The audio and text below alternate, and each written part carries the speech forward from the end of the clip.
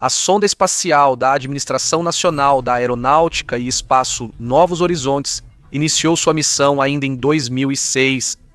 Durante esse tempo, ela coletou para nós uma enorme quantidade de dados úteis, incluindo fotos de Júpiter e suas luas. No entanto, quando em 2015 ele chegou a Plutão, superou as expectativas mais ousadas. Novos Horizontes ficou suficientemente perto para tirar fotos de alta qualidade. Os cientistas ainda estão processando os dados daquela missão até hoje. Além disso, a sonda fez os cientistas refletirem. Será que realmente sabemos o que é Plutão? Será que é mesmo um planeta anão, desértico e frio? Existe um oceano de água líquida sob a superfície de Plutão? E por que há dunas de gelo na superfície do planeta? O principal objetivo da missão Novos Horizontes era estudar Plutão. Naquela época, ele ainda era considerado um planeta, e nós ainda não podíamos observar sua superfície de perto. O caminho até Plutão é longo, por isso foi preciso buscar maneiras para que a sonda Novos Horizontes chegasse ao destino mais rápido. Assim, cerca de 9 horas após o lançamento, a sonda alcançou a órbita da Lua. Novos Horizontes passou por outros planetas do Sistema Solar. Ele nos enviou imagens de Júpiter e de seus satélites, mas o mais importante é que, estando a uma distância de 2.300.000 quilômetros do gigante gasoso, a sonda Novos Horizontes entrou sob a influência da gravidade do planeta. Isso ajudou a reduzir o tempo de viagem até Plutão. Inicialmente, o trajeto levaria 14 anos, mas assim foi reduzido para 9. No entanto, ainda assim, o caminho seria longo. Por isso, por algum tempo, o aparelho foi colocado em modo de economia de energia, no chamado estado de hibernação. Isso foi feito para verificar se todos os componentes estavam funcionando corretamente. Infelizmente, não foi possível evitar problemas técnicos. Naquele momento, a sonda Novos Horizontes já estava a 5 bilhões de quilômetros da Terra. Ele também estava a uma distância enorme do Sol. Consequentemente, o aparelho não recebia energia solar suficiente. Isso causou problemas de comunicação. A situação não melhorou, pois a sonda continuava se afastando cada vez mais. O sinal passou a chegar até nós com um atraso significativo.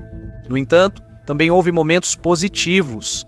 À medida que se aproximava de Plutão, o nível de detalhamento das imagens feitas pela sonda Novos Horizontes aumentava.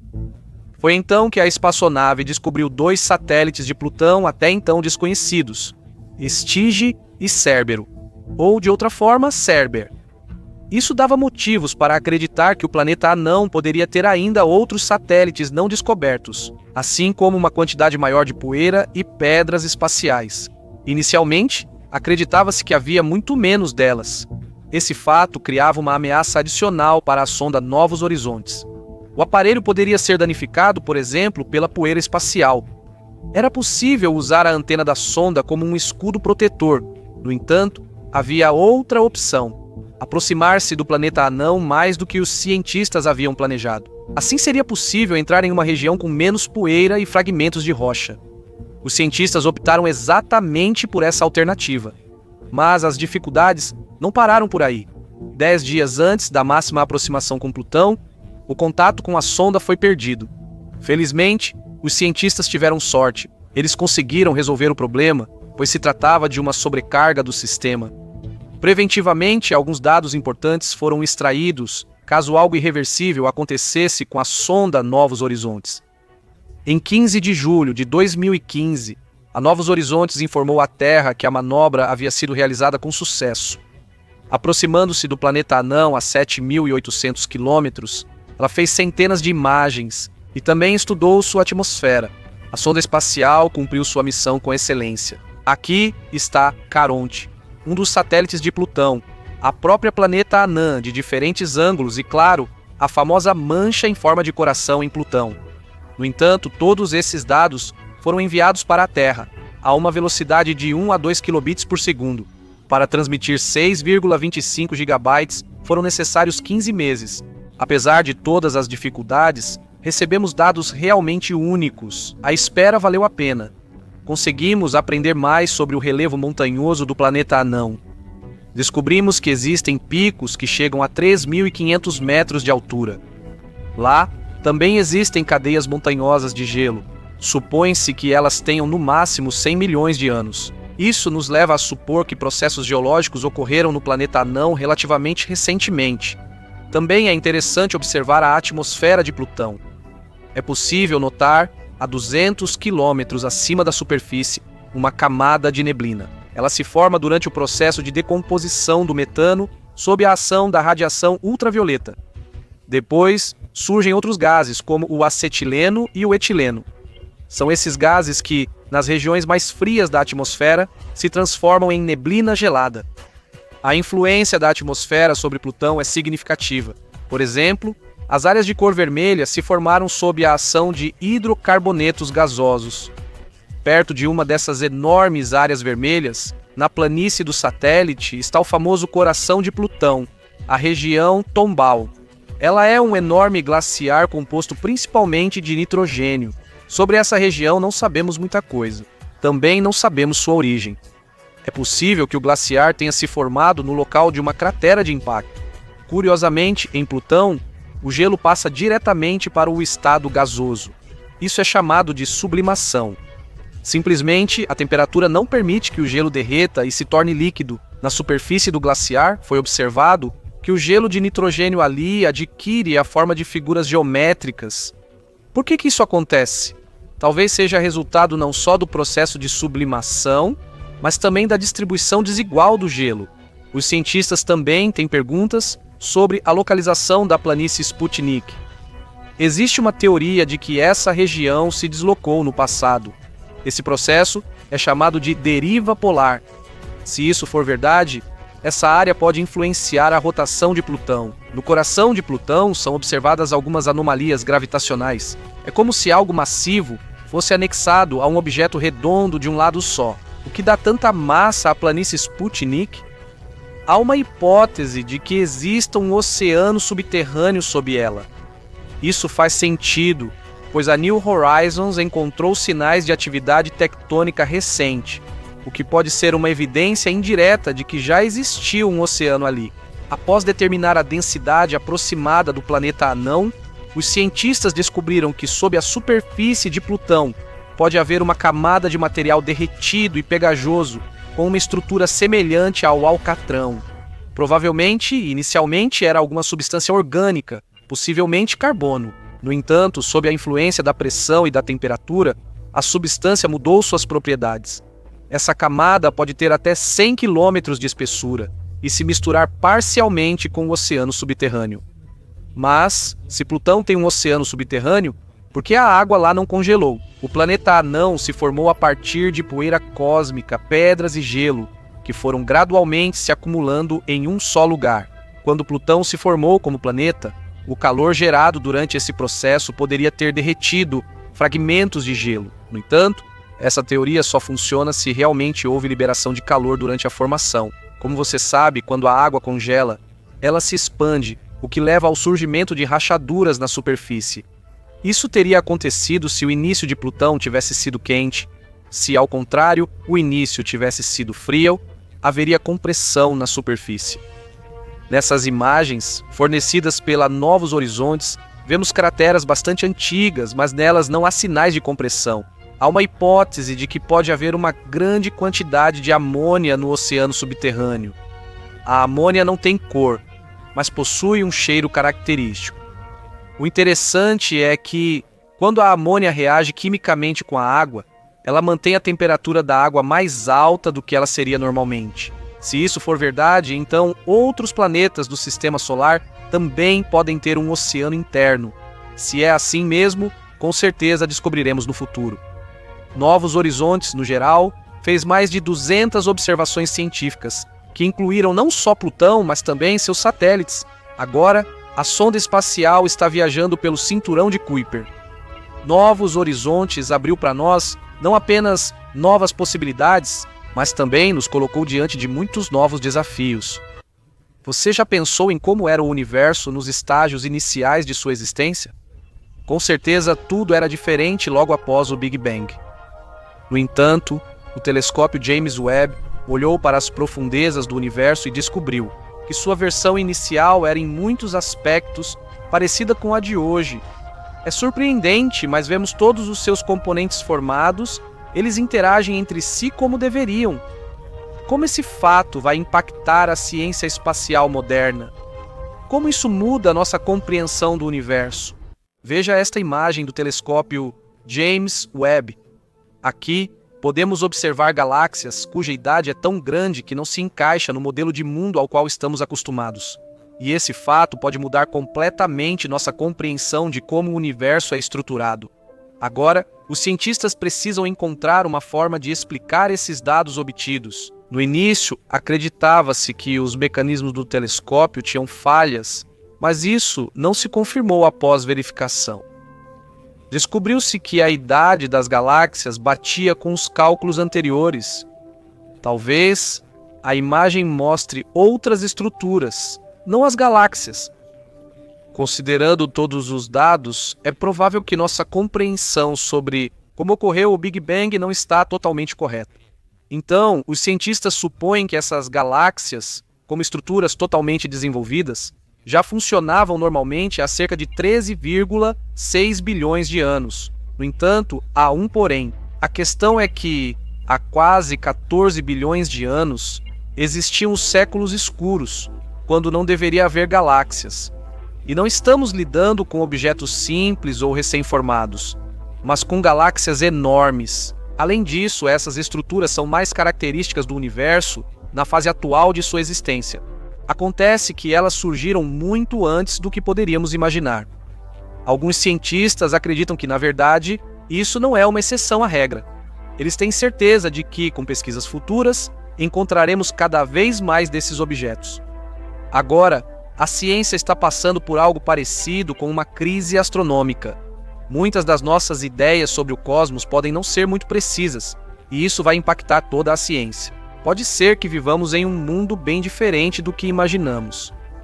Apesar de vermos apenas uma pequena parte do universo nos primeiros estágios de sua existência na imagem do telescópio James Webb, os dados obtidos ainda nos dão motivos para supor que ele já era quase tão desenvolvido quanto é agora. Se antes a maioria dos cientistas acreditava que isso acontecia porque simplesmente não sabíamos muito sobre o desenvolvimento das estrelas, agora essa versão foi praticamente rejeitada por todos.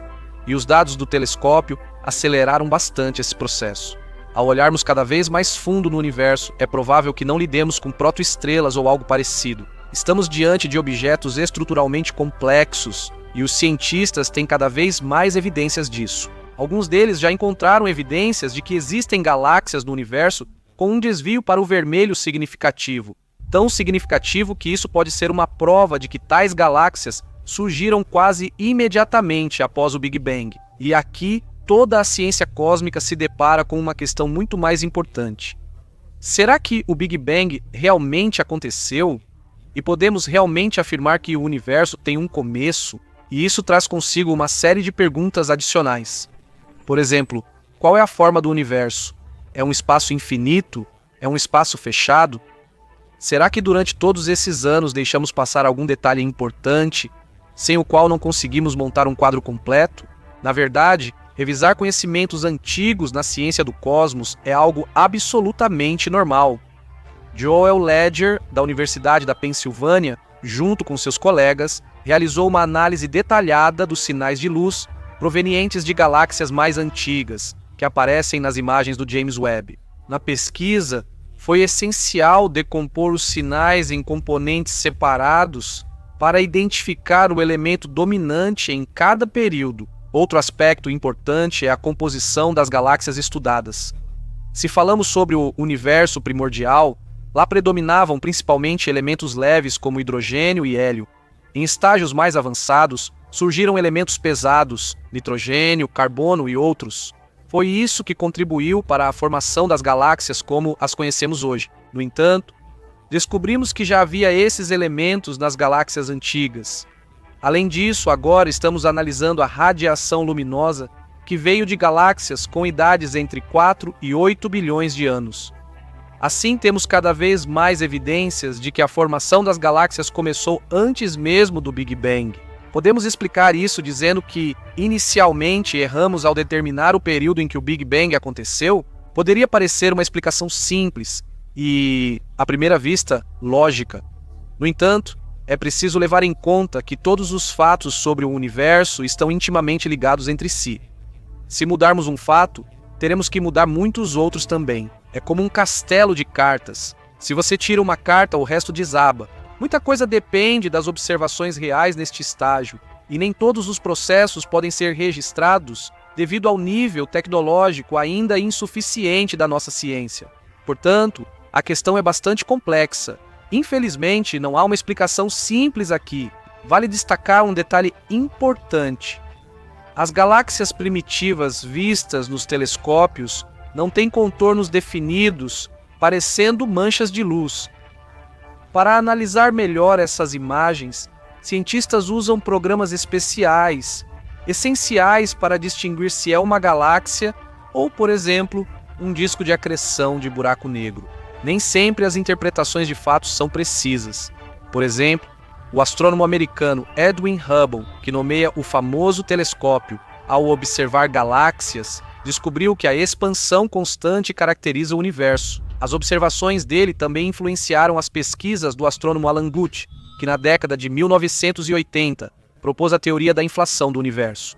Supunha-se que, justamente graças ao processo de inflação, o espaço cósmico tornou-se em grande parte homogêneo.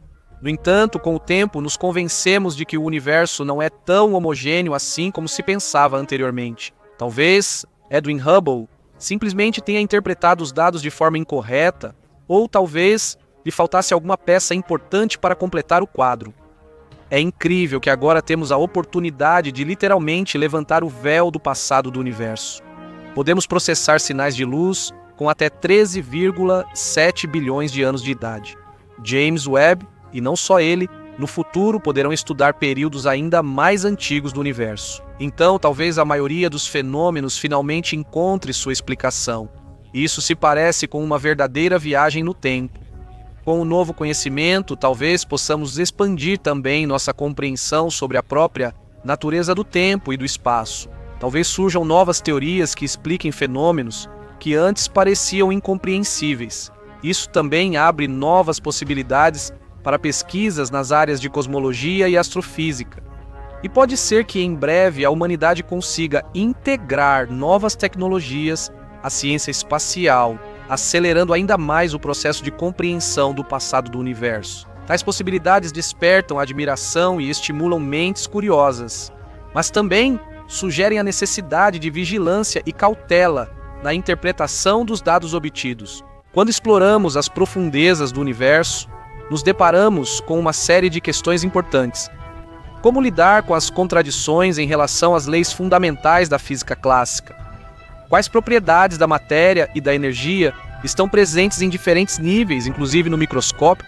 Nessas questões, a física quântica nos ajuda. Vamos analisar com exemplos como o universo funciona. Vamos descobrir se é verdade que ele vira de cabeça para baixo a nossa compreensão do mundo. E o que você diria se soubesse que objetos podem estar em dois lugares ao mesmo tempo? Existe uma hipótese segundo a qual um objeto quântico pode estar em vários estados ao mesmo tempo.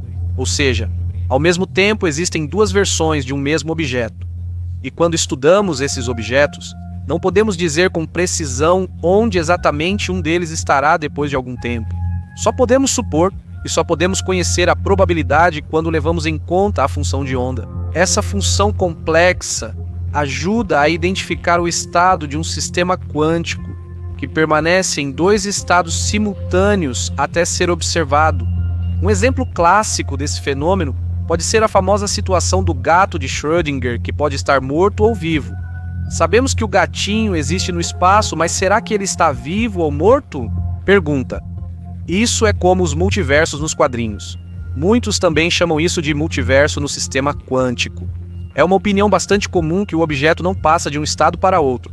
Simplesmente lidamos com duas versões do sistema. Se essa versão for verdadeira, então não precisamos escolher qual estado é real e não precisamos saber quando o objeto vai passar para outro estado. Vamos passar ao dualismo partícula-onda. O que isso significa? É uma hipótese proposta pelo físico francês Louis de Broglie. A essência dela é que cada partícula elementar possui propriedades de onda. Ao mesmo tempo, as ondas apresentam propriedades de partículas. Assim, os objetos materiais, em alguns casos, manifestam propriedades de partículas e, em outros, de ondas. Vamos tomar a luz como exemplo. Às vezes, consideramos a luz como um conjunto de fótons, ou seja, partículas, e em outros casos falamos dela como ondas eletromagnéticas. Os fótons são especialmente importantes para nós porque podem se tornar verdadeiros auxiliares na indústria espacial. Por exemplo, com a ajuda deles podemos lançar naves espaciais, criando velas solares especiais que colocam objetos em movimento. No entanto, sabemos que o fóton é uma partícula sem massa. Então, como as velas solares funcionariam? Sim, o fóton não possui a chamada massa de repouso, mas podemos determinar seu momento, já que conhecemos seu valor de energia. Ao transmitir impulsos de luz, pode ocorrer pressão sobre certos objetos, embora esse fenômeno seja difícil de registrar no espaço, já que a influência sobre objetos massivos é insignificante. Como podemos considerar a luz, tanto como um conjunto de partículas quanto como ondas, a explicação dos impulsos e da pressão também pode ser diferente. Se falarmos da abordagem ondulatória, então, ao interagir com partículas carregadas de algum objeto, as ondas são refletidas e transferem parte de sua energia. Se falarmos sobre os fótons, quando eles colidem com as partículas de um corpo, também transferem parte de sua energia para elas. Como você pode ver, o resultado é o mesmo em ambos os casos. A física quântica desempenha um papel enorme no estudo da natureza dos buracos negros, mais precisamente em como eles desaparecem. Aqui, vamos falar sobre o princípio da incerteza de Heisenberg. A essência dele é a seguinte: não podemos determinar simultaneamente a velocidade exata, o momento e a posição exata de um objeto. Quanto mais precisa for a medida de uma grandeza, mais incerta será a outra. Stephen Hawking sugeriu que isso também vale para buracos negros. Esses processos acontecem na borda desses objetos, onde uma partícula sai como radiação enquanto outra é absorvida pelo buraco negro. A radiação ocorre de forma cada vez mais intensa, o que leva à contração gradual do horizonte de eventos.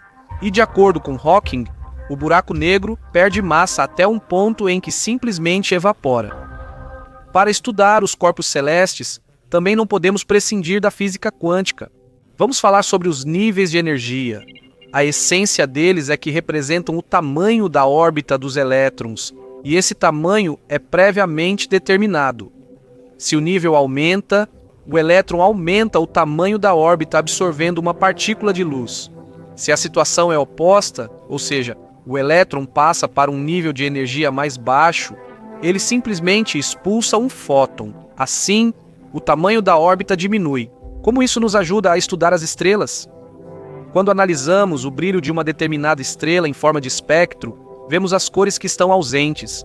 Isso nos ajuda a determinar a composição de um corpo celeste específico. Nossa principal estrela, o Sol, também não dispensa a física quântica. Dois prótons, ambos com cargas positivas, colidem um com o outro, mas imediatamente se repelem. Surge a chamada barreira de Coulomb, que serve como obstáculo para os prótons.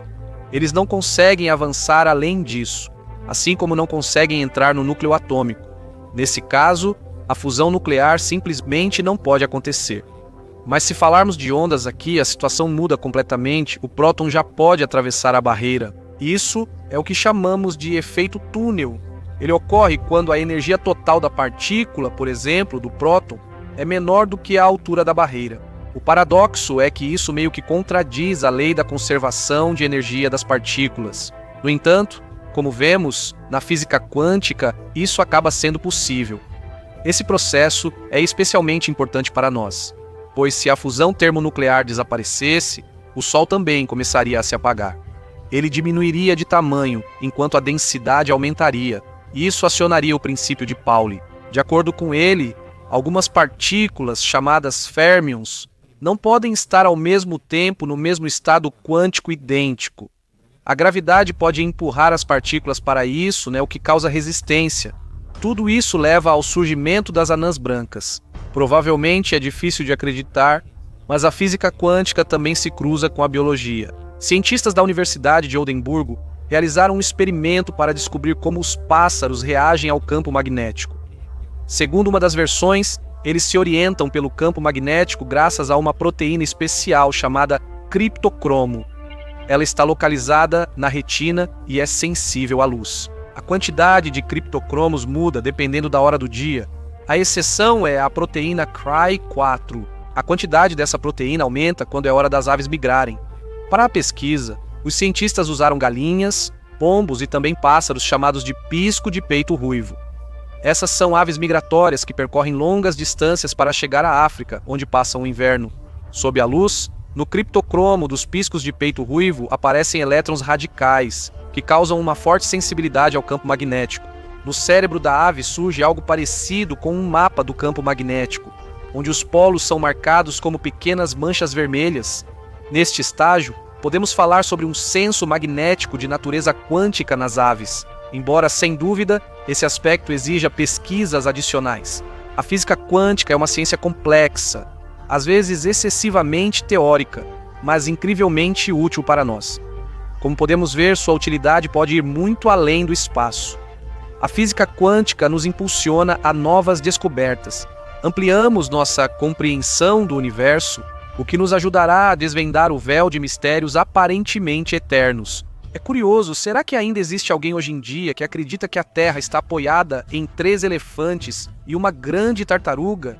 Talvez, ao olhar para o céu, alguém pense que está vendo uma cúpula de cristal imóvel. Ainda restam esses dinossauros intelectuais? Provavelmente, tirando os teimosos terraplanistas, pessoas assim desapareceram há alguns séculos. Quem acha que nosso conhecimento atual está distante das ideias dos antigos astrólogos está enganado. As descobertas recentes em astronomia só confirmam a inconsistência de nossas teorias, aceitas por gerações de cientistas. As surpresas começaram há muito, mas em 2021 houve uma descoberta que abalou nossas ideias sobre o mundo. O que foi descoberto naquele ano? Um enorme arco de galáxias, que superava em muitas vezes a Grande Muralha de Sloan. E esse objeto, só para lembrar, por muito tempo foi considerado um dos maiores já descobertos no universo. A Grande Muralha de Sloan se estende por 1,37 bilhões de anos-luz, enquanto o arco de galáxias descoberto em 2021 tem 3,3 bilhões de anos-luz, ou 1000 megaparsecs. Mas isso é impossível, exclamaram os cientistas em coro. Por que é impossível? Vamos entender. Tudo se resume à homogeneidade, que, segundo teorias aceitas, deve existir no macrocosmo em grandes distâncias. Ou seja, não deveria haver estruturas tão grandes e notáveis no macrocosmo, mas elas existem, e não dá para ignorar esse fato. O arco de galáxias, se pudéssemos vê-lo sem telescópio, seria 20 vezes maior que a Lua no nosso céu. As discussões sobre a origem e possibilidade desse objeto ainda não tinham acabado quando, no início de 2024, pesquisadores da Universidade de Lancashire Central fizeram nova descoberta incrível. Como antes, a pós-graduanda Alexia Lopes fez isso novamente, no mesmo setor do céu, próximo à constelação de Hércules. Desta vez, tratava-se de um anel de galáxias, com um diâmetro de aproximadamente 1,3 bilhões de anos-luz, localizado a 9 bilhões de anos-luz de nós. Se usarmos a mesma analogia da arcada, a olho nu esse anel pareceria em nosso céu do tamanho de 15 luas cheias. Então, o que há de errado com as estruturas descobertas? Repetindo, o princípio cosmológico nos diz que a matéria no universo deve ser distribuída de forma homogênea. Portanto, em grandes distâncias não deveríamos observar quaisquer estruturas colossais. Podemos dar um exemplo. Se você está em uma floresta ou perto dela, verá árvores individuais e outros objetos. Mas se subir de avião acima da selva, ela parecerá apenas uma mancha verde homogênea. O mesmo ocorre no universo, mas em escala bilhões de vezes maior. Acha que essa foi a única estranheza após a descoberta do anel de galáxias? Claro que não. A questão é que, quando falamos de um objeto que está a 9,2 bilhões de anos-luz de nós, muitas vezes presumimos que o vemos como ele era depois desse intervalo de tempo. Com grandes distâncias tudo muda, devido à expansão constante do universo. O anel de galáxias provavelmente é ainda mais antigo, o que também é improvável. Em um universo jovem, simplesmente não poderiam surgir tais estruturas. Então, será que os astrofísicos e outros cientistas estiveram errados esse tempo todo? Caso contrário, por que esses objetos não se encaixam em nenhuma das teorias cosmológicas aceitas? Afinal, é praticamente impossível explicar o surgimento deles. Mas os cientistas decidiram enfrentar essa tarefa ingrata, e aqui está o que conseguiram descobrir. Hipótese número 1. Parte de uma mega estrutura. Como já foi dito, ambas as estruturas ultragigantes estão relativamente próximas, se é que podemos usar essa expressão para escalas cósmicas tão monstruosas. Astrônomos as descobriram ao analisar a luz dos quasares, absorvida por galáxias dessas estruturas. Com o telescópio Sloan Digital Sky Survey, foi criado um mapa 3D e usados algoritmos estatísticos, levando à descoberta desses objetos. Pois bem, alguns cientistas fizeram uma suposição ousada de que ambas as estruturas podem ser parte de algo ainda mais global. Algo que ainda não somos capazes de ver ou compreender. Assusta pensar no propósito desse colossal conglomerado, que supera até nossas suposições mais ousadas sobre a esfera de Dyson e estruturas parecidas. Hipótese 2. VAO. Seus adeptos acreditam que o surgimento do arco e do anel foi favorecido pelas oscilações acústicas bariônicas. O que é isso? Simplificando ao máximo, é uma espécie de ondulação causada pela atividade e flutuações do universo primitivo. Em sua juventude, ela era um lugar extremamente inóspito. Sim, se você acha que hoje já é bastante mortal para uma pessoa desprotegida, então você não faz ideia de como o universo era logo após o seu nascimento. Era literalmente uma sopa de plasma fervente. Não poderia haver estrelas, planetas ou quaisquer outros objetos naquela época.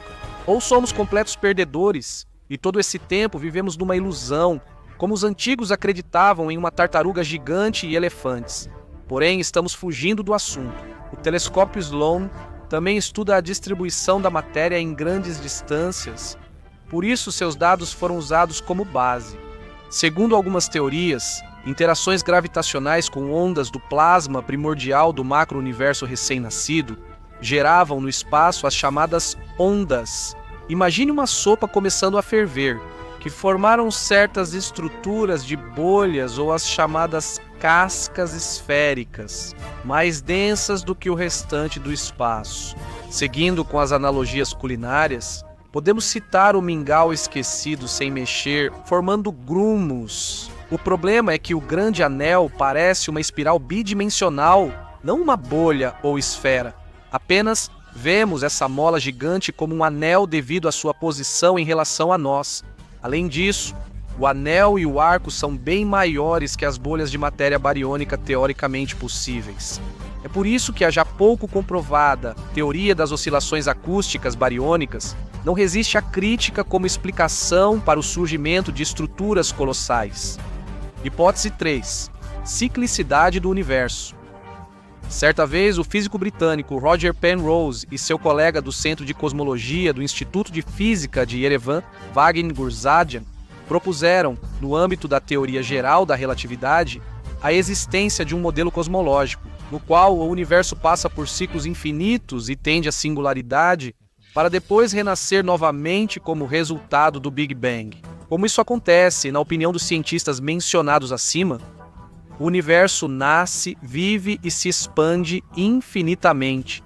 Esse processo continua até que não reste mais matéria no espaço e as escalas percam seu significado original. Depois disso, o universo absolutamente vazio se transforma em uma singularidade, o que reinicia novamente os ciclos de nascimento dos mundos. Então, aquele cordão umbilical, ou melhor, as cicatrizes dele, nós vimos com a ajuda do mapa tridimensional criado pelo telescópio Sloan. As dimensões do arco do anel correspondem exatamente a essa definição. Parece lógico, não é mesmo? Hipótese número 4. Teoria das cordas. Aqui estamos falando de defeitos topológicos da matéria, que teoricamente aparecem durante as transições de fase do universo primitivo. Ou seja, basicamente são como dobras e vincos, como em um tecido amassado. Por isso, é bem possível que o arco e o anel de galáxias sejam justamente o resultado da transformação do universo de um estágio para outro. No entanto, isso é apenas uma teoria. pois até agora não foram encontradas evidências claras de que tais cordas realmente existam. Qual a conclusão disso? Parece que os cientistas terão que revisar os princípios fundamentais da cosmologia, pois há cada vez mais motivos para isso. Por exemplo, já mencionada a de Grande Muralha de Sloan, ou a Muralha do Polo Sul, que tem um diâmetro de 1,4 bilhões de anos-luz, ou a maior estrutura já encontrada por astrônomos, a Grande Muralha de Hércules Coroa do Norte, com cerca de 10 bilhões de anos-luz de extensão. Todas essas estruturas desafiam o princípio cosmológico tradicionalmente estabelecido, fazendo com que os cientistas fiquem nervosos em busca de explicações para essa evidente discrepância. Além disso, a Grande Muralha de Hércules Coroa do Norte viola ainda mais princípios nos quais os astrônomos acreditavam fielmente. Como a distância até ela é de 10 bilhões de anos-luz, isso significa que a vemos como ela era há 10 bilhões de anos, desconsiderando a expansão do universo que foi mencionada anteriormente, ou seja, cerca de 3,8 bilhões de anos após o Big Bang. Mas o modelo de evolução que existe atualmente não permite a formação de estruturas massivas nesse estágio temporal, ou seja, praticamente todos os castelos construídos pelos cientistas durante esse tempo começam a desmoronar gradualmente. Os astrônomos ainda não conseguem nem imaginar como explicar o surgimento de paredes, arcos e anéis tão monstruosos do ponto de vista científico. O universo parece tentar nos preparar e dizer algo importante, mas não entendemos suas dicas. Talvez, no futuro, nos espere o surgimento de uma física completamente nova, radicalmente diferente daquela cujos postulados defendemos atualmente. A questão é que os cientistas, por mais que tentem, ainda aplicam com muita frequência as leis que funcionam na Terra a objetos que estão não só além do nosso mundinho limitado, mas também além da nossa compreensão. Provavelmente, do ponto de vista de quem conhece a verdade, parecemos formigas agarradas a uma maçã, sem perceber o que ela realmente é. Uma descoberta recente em nossas mãos é como uma garrafa de Coca-Cola caindo para um bosquímano, como no filme Os Deuses Devem Estar Loucos. Ou seja, nós vemos tudo, mas não conseguimos explicar direito. Quando chega a noite, o céu está calmo e sem nuvens. Podemos deitar na grama e observar milhares de estrelas acima. Parece que já são estrelas demais, mas isso não é tudo. Muitos corpos celestes não conseguimos ver a olho nu. Para isso, precisamos de telescópios. Eles abrem novas fronteiras para nós. Graças a eles, temos a oportunidade de observar bilhões de outras estrelas. Só na nossa galáxia, a Via Láctea, o número delas chega a 100 a 400 bilhões. Só imagine quantas existem em outras galáxias, quantos corpos celestes o universo abriga. As estrelas são diferentes, inclusive de tamanhos variados. Veja, por exemplo, o nosso Sol. Com certeza, você chamaria esse astro de enorme, mas em comparação com outras estrelas do universo, ele não é tão grande assim. Então, quão enormes as estrelas podem ser? Qual estrela é considerada a maior atualmente? Antes de começarmos nossa conversa, precisamos entender o que queremos dizer com a maior estrela.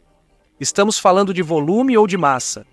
O que é, afinal, o volume de uma estrela? É a região ocupada pelo astro. E o que é a massa de uma estrela? É a quantidade de matéria que o astro contém. O mais interessante é que observamos uma tendência. Estrelas mais massivas são menores em tamanho, enquanto as mais volumosas têm menos massa. Quanto mais velha a estrela, mais ela perde massa e frequentemente aumenta de volume. O exemplo mais óbvio é o nosso Sol. Ele está envelhecendo e, mais cedo ou mais tarde, ou melhor, em cerca de 5 bilhões de anos, usará todo o seu combustível nuclear. Então, o Sol começará a aumentar de tamanho e engolirá as órbitas dos planetas mais próximos. Entre os planetas engolidos, podem estar Mercúrio, Vênus e até mesmo a Terra. Por isso, precisamos entender por quais parâmetros determinamos a maior estrela. Vamos falar sobre a estrela mais massiva que conhecemos. Ela se chama BAT 9998 e está localizada na galáxia Grande Nuvem de Magalhães.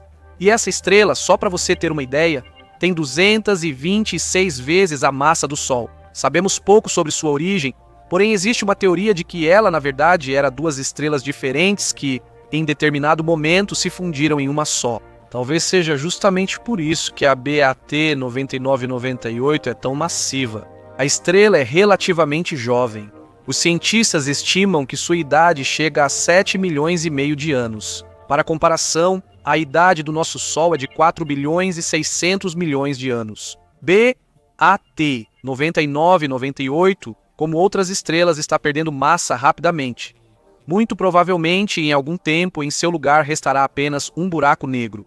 Como você pode imaginar, BAT 9998 não detém o título de estrela mais volumosa. Com certeza, se você já se perguntou qual é a estrela de maior tamanho, deve ter encontrado a informação de que é a supergigante vermelha, o Isko-Scuti, na constelação do Escudo. Ela aparece nos primeiros resultados do Google, onde você provavelmente procurou a resposta para essa pergunta. No início, pensava-se que essa estrela era 1.700 vezes maior que o Sol. Isso deu a Isko-Scuti o título de maior estrela do universo. Porém, anos depois, novas pesquisas mostraram que ela tem tamanho apenas 775 vezes maior que o Sol. O Isko-Scuti ainda continua sendo uma estrela bastante grande, mas está longe de ser a maior. Além disso, agora ela nem sequer está entre as 10 maiores. Então, qual estrela detém o recorde agora? Na verdade, não é tão simples assim. Anos atrás, comentava-se bastante sobre o supergigante vermelho Stephenson 218 na Via Láctea, no aglomerado Stephenson 2. Segundo estimativas dos cientistas, ela poderia ser tão enorme que ocuparia quase todo o sistema solar. Para contornar uma estrela dessas, levaríamos 9 horas na velocidade da luz. Já ao redor de um planeta do nosso sistema, o voo duraria apenas segundos. Os cientistas que admitem a existência de uma estrela assim sugerem que ela é 2.150 vezes maior que o Sol. As informações sobre Stephenson 218 são bastante vagas. Os opositores dessa teoria afirmam que isso contradiz a teoria da evolução estelar. Eles acreditam que existe um certo limite para as estrelas que impede que elas aumentem ainda mais de tamanho. Supõe-se que uma estrela não pode ser cerca de 1.500 vezes maior que o Sol. Os resultados distorcidos para Stephenson 218 e Isko-Scuti ocorreram porque cientistas determinaram incorretamente a localização dessas estrelas, causando grandes diferenças e dificultando o encaixe das informações. Embora seja importante lembrar que a teoria da evolução estelar ainda é uma teoria. Ainda não podemos dizer com precisão até que tamanho uma estrela pode crescer. Muitos fatores podem influenciar isso. Tanto certas características da evolução quanto a composição da própria estrela influenciam isso, né? Na verdade, determinar o tamanho de estrelas enormes é muito difícil, porque a atmosfera externa de astros potencialmente gigantes pode se expandir tanto que simplesmente se mistura com o meio interestelar. Ou seja, nesse caso é difícil entender onde está o limite da estrela, e as dificuldades não terminam aí. Normalmente, esses astros tão grandes não são apenas muito brilhantes, mas também estão cercados por uma espessa camada de poeira. Os cientistas enfrentaram uma tarefa difícil, mas fazem o possível para resolvê-la, analisando o ambiente ao redor do astro e a distância. Assim, conseguimos dados aproximados. E agora, finalmente, chegamos à questão de qual estrela é atualmente considerada a maior do universo. E agora o título de maior estrela pertence a WOHG 64. Ela pertence aos supergigantes vermelhos. A estrela está localizada na Grande Nuvem de Magalhães, a 160 mil anos-luz do nosso planeta. WG 64 tem aproximadamente 1.540 vezes o raio do Sol. Se colocarmos essa estrela no sistema solar, ela alcançaria a órbita de Júpiter. Supõe-se que WOHG 64 já esgotou quase todo o seu combustível nuclear, por isso está nos estágios finais da evolução estelar. É isso que explica o tamanho dessa estrela. Além disso, ao redor de WOHG 64, formou-se uma nuvem de poeira em forma de touro. Seu diâmetro chega a 1 ano-luz.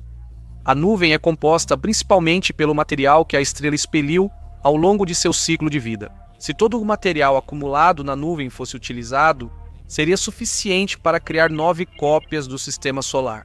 Parece que agora a situação ficou realmente clara. Então sabemos que WOHG 64 é a maior estrela do universo. certo? Na verdade, novamente, não é tão simples assim. Muito provavelmente, WU ou HDG 64 não é realmente o maior astro. Foram feitas outras pesquisas que concluíram que os tamanhos, na verdade, são bem diferentes. Ou seja, a situação para nós continua bastante incerta. No entanto, sabemos com certeza que existem muitos astros gigantes no universo, embora por enquanto ainda não possamos descobrir qual deles é o maior. Simplesmente não temos dados suficientes, nem conhecimento ou tecnologia. No futuro, tudo isso pode mudar. Sob o céu infinito, envolto por um encanto misterioso, nós nos sentimos pequenas partículas em um universo imenso. Todos esses enormes astros cujos mistérios tentamos desvendar são como tochas enigmáticas iluminando o caminho para as profundezas inexploradas do universo. Em cada estrela cintilante no céu noturno estão escondidos segredos e potenciais inimagináveis. Apesar de todos os nossos esforços, o mundo das estrelas continua cheio de mistérios e anomalias enigmáticas, o que nos aproxima ainda mais dele e nos convida a continuar estudando e mergulhando em suas vastas profundezas. Cada novo passo na nossa compreensão da natureza do cosmos é um passo para entender o nosso lugar neste mundo incrível e para descobrir novos horizontes do conhecimento. A combinação dos mistérios das estrelas com o desejo humano de conhecimento nos mantém em busca de respostas que brilham como estrelas na escuridão infinita do universo. E você, o que acha? Quando será que vamos descobrir qual é a maior estrela do universo?